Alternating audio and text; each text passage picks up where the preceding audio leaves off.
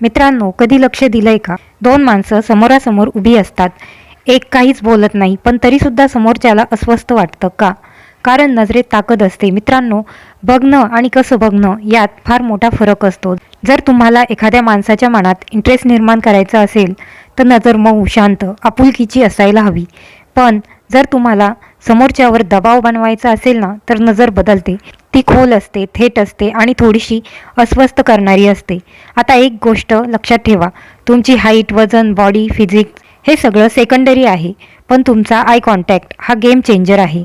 कारण डोळे बोलतात मित्रांनो. तोंड बंद असलं तरी डोळे सगळं सांगून जातात. तुम्ही डोळ्यात डोळे घालून बोलतात ना, तर समोरचा माणूस विचार करायला लागतो. तो सावध होतो, कधी कधी घाबरतो सुद्धा. आय कॉन्टॅक्ट म्हणजे कॉन्फिडन्सचं इंजेक्शन. जेव्हा तुम्ही कोणाशी बोलतात, नजर खाली घालून नाही, नजर चोरून नाही, तर डोळ्यात डोळे घालून बोला. घाबरण्याची गरज नाही, बघणं गैर नाही, पण ठामपणे बघणं हे सामर्थ्य आहे. लक्षात ठेवा, तुमची नजरच तुमची ओळख आहे.